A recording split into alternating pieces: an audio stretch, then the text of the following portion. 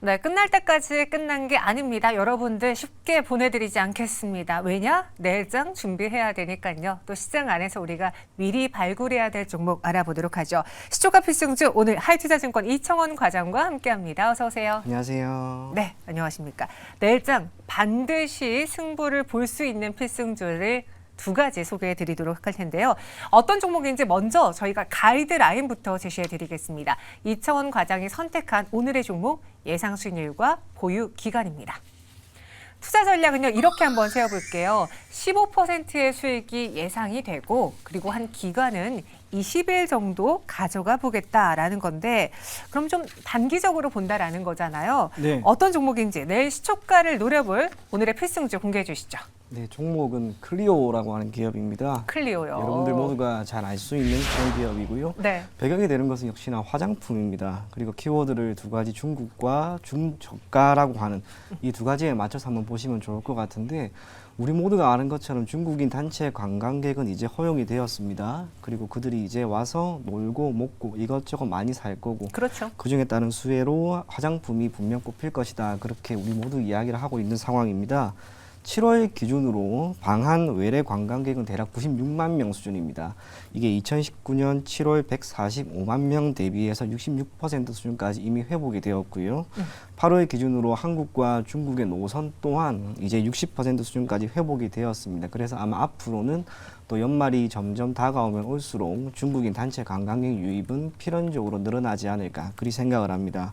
소비를 함에 있어 화장품에 대한 기대감은 여전히 큽니다. 그런데 지금 시점에서 주가 움직임을 한번 보시게 되면 대형 브랜드라고 할 수 있는 아모레퍼시픽이나 LG생활건강과 뭐 클리오라든지 아이패밀리 SC, VT 같은 기업들의 주가 흐름이 다릅니다. 제품 자체가 어느 정도 중저가 브랜드를 기반으로 시장에 공급을 하고 있기 때문에 지금 시점에서는 상당 부분 이 중저가 브랜드가 소비자로부터 선택받고 있는 게 아닌가 그렇게 생각을 하고요. 네. 유통 채널은 결국에는 HMP 채널입니다. 대형 화장품 회사보다 중소형 화장품 회사에 대한 더욱 긍정적인 영향을 미쳤던 시장이라고 할 수 있는데, 사실상 2010년이었습니다. 당시에 원 브랜드 샵, 이게 어느 정도 쇠퇴하기 시작하면서 만들어진 HMB 채널이 연평균 대략 25% 수준의 성장률을 매년 보입니다. 이러한 상황에서 저가 브랜드를 기반으로 하고 있던 기업들의 경우에는 제품을 원활하게 공급할 수 있는 한 가지 유통 채널이 생기게 되었고, 그에 따라 일정 부분 수혜를 계속해서 받았던 게 클리오와 같은 기업이 아닌가 그리 생각을 합니다.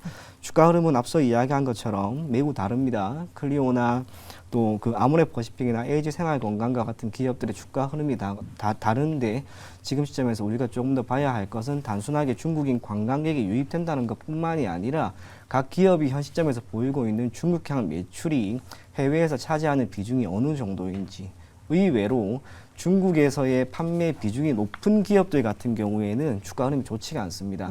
아모레퍼시픽이나 LG생활건강 같은 경우에는 해외 매출에서 중국향 비중이 매우 높습니다. 반면 클리오도 그렇고 VT도 그렇고 중국향 매출이 20%가 안 됩니다. 기타 국가, 미국이나 일본, 동남아 쪽에서 지금 상당 부분 수혜를 얻고 있기 때문에 여러분들이 그걸 감안해서 클리오 한번 보셨으면 좋겠고요.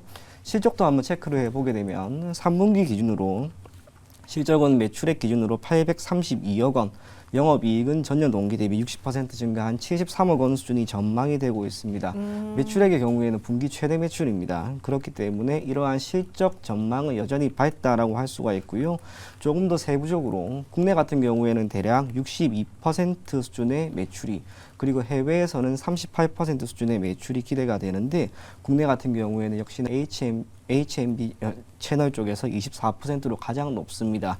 이러한 상황에서 일반적인 상권은 대략 16% 정도 증가할 것으로 보이나 관광 상품권에서의 매출은 약 500% 정도 증가하지 않을까 그렇게 생각을 합니다. 브랜드별로 보더라도 클리오 그리고 페리페라, 구달 모두 매출 증가가 이어질 것으로 보이기 때문에 이 모든 것을 감안해서 여러분들이 클리오를 단기적으로 충분히 봐도 괜찮지 않을까 그렇게 생각을 하고요. 네. 기술적으로 보더라도 지금 흐름 자체가 결코 나쁘지가 않습니다. 일봉상으로 지난 4월의 고점을 돌파하고 지금 어느 정도 안착을 하려고 하는 움직임이 나오는데, 월봉을 보게 되면 이제 지난 2020년 1월입니다. 네. 36,600원이라고 하는 고가를 지금 눈에 두고 있는데 중국인 단체 관광의 유입이라고 하는 한 가지 변수와 실적이라고 하는 이 변수, 이 모든 게 다 긍정적인 영향을 미칠 수가 있습니다. 그렇다면 약 3년 정도 조정이 나왔던 이 구간을 모두 돌파하면서 움직임이 이어질 것이다. 저는 그리 생각을 합니다. 물론 시간은 어느 정도 걸리기 때문에 여러분들에게 3만 원이라고 하는 가격까지는 지금 시점에서 볼 수는 없겠지만 그래도 단기적으로 한 15% 정도 조금 더 눈여겨봐도 괜찮지 않을까 그리 생각이 됩니다. 네. 클리오 제품 안 써보셨죠? 네. 저는 이번에 또 올영 세일 기간에 가가지고 클리오 제품을 샀는데 아니 올리브영에 정말 많은 분들이 바글바글하게 있어요. 뭐 네. 내국인도 있고요, 외국인도 있는데 그분들이 딱 선택하는 게 몇몇 색조 업체로 딱 한정되어 있거든요.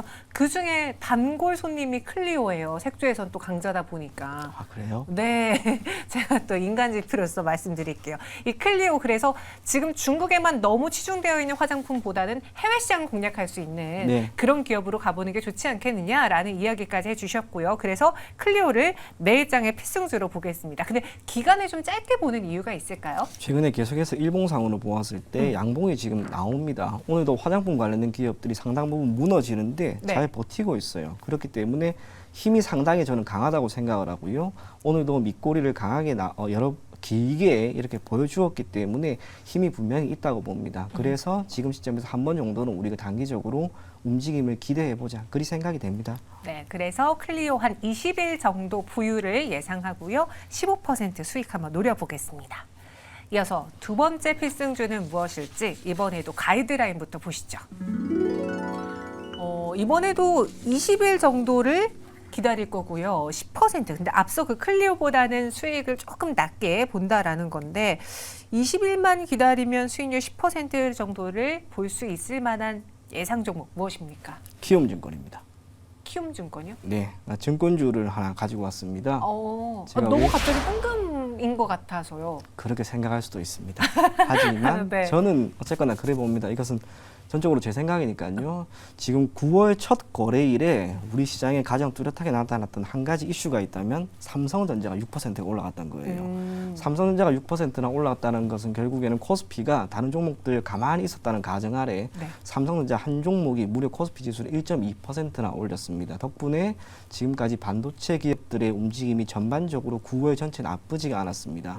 다음 주 선물 옵션 동시만기가 있습니다. 이제 외국인들이 어떤 매수세를 그리고 어떤 시장에서 보이는지에 따라서 지수가 결정이 될 건데 최근에 선물 시장에서 외국인들의 매수세가 결코 적지 않게 들어오고 있습니다. 뿐만 아니라 선물 시장에서 이렇게 외국인들의 매수세가 유입이 되면 필연적으로 선물을 기초 자산으로 하고 있는 옵션 시장도 큰 영향을 받을 수밖에 없고 현재 콜옵션 기준은 342.50포인트, 미결제 약정 수량이 많이 남아 있습니다. 혹시나 해당 지수까지 가격이 올라간다면 결국 코스피는 2,598포인트 정도까지 올라갈 수가 있고 이후 시장에 산재되어 있는 리스크가 조금씩 해소된다면 반도체를 기반으로 하고 있는 다양한 기업들을 상승의 기인에 저는 지수 또한 상승하지 않을까 그리 생각을 합니다. 우리가 통상적으로 지수가 좋아지면은 응당 증권주는 오른다라고 생각을 하게 마련입니다. 하지만 증권주라고 결코 다 오르는 게 아닙니다. 그래서 옥석 가리기를 응당할 필요가 있을 것으로 보여지고요. 네. 그 중에서도 충분히 매력이 있는 키움증권 제가 소개를 해드리도록 하겠습니다. 조금 더 살펴보게 되면 이제 데이터를 기반으로 이야기를 하나 해드릴 건데요. 올해 코스피 같은 경우 9월 4일 종가입니다. 15.57% 올랐습니다.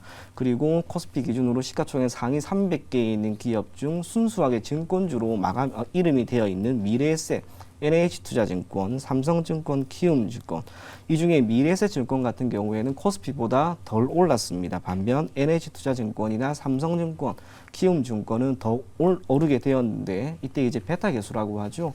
시장 지수와 해당 기업의 주가 수익률을 기반으로 만들어진 이 민감도를 계산해 보면 키움증권이 1.45가 나옵니다. 이게 의미하는 것은 올해 코스피가 10% 올랐다는 가정 아래 키움증권은 14.5% 올랐다는 것을 의미하고요. 구체적으로 코스피가 15.57% 오른 상황에서 키움증권은 22.5%가 올랐습니다.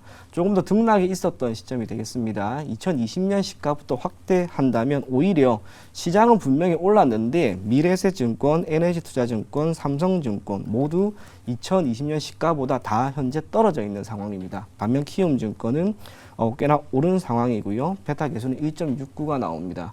조금 더 확장을 하게 되면은 이제 2011년부터 살펴보게 되었을 경우에는 미래에셋증권과 NH투자증권, 삼성증권 모두 반토막 났습니다. 반면 키움증권 같은 경우에는 시장 수익률보다 정확하게 3배가 오릅니다. 그래서 베타 지수가 3.01이 나왔는데 이제 이러한 차이를 우리가 한번 들여다볼 필요가 있는 거죠. 왜 키움증권의 주가는 기타 증권주에 비해서 달랐던가? 다른 이유는 아닐 거라고 봅니다. 브로커리지라고 하는 이 한 가지라고 생각을 하는데 우리가 응당 시장이 좋아지면 증권주로 오른다고 알고 있습니다만 지금 시점에서 그게 아니었다는 거죠. 그래서 브로커리지라고 하는 한 가지 부분, 즉 이 수수료를 기반으로 하고 있는 수익을 크게 창출할 수 있는 기업이 결국에는 시장이 상승하는 시점에 거래대금의 확대에 따라서 응당 주가도 오른다라고 생각하면 좋지 않을까 그렇게 생각을 합니다. 올 3분기에는 2분기보다 거래대금이 약 20% 정도 증가할 것이라는 기대감이 있기 때문에 키움증권 여러분들이 지금 시점에서 한번 눈여겨보실 것을 권해드리겠습니다. 가격 전략 빠르게 말씀해 주시겠어요? 네, 키움증권 목표 가격은 11만 원이고요. 손절 가격은 9만 원 제시해드리겠습니다. 목표 주가 11만 원, 손절가는 9만 원 제시해드렸습니다. 시장 분위기 개선에 따라서 이 증권 업종에 대한 관심도 다시 나타나지 않겠느냐라고 필승주 전해드렸어요.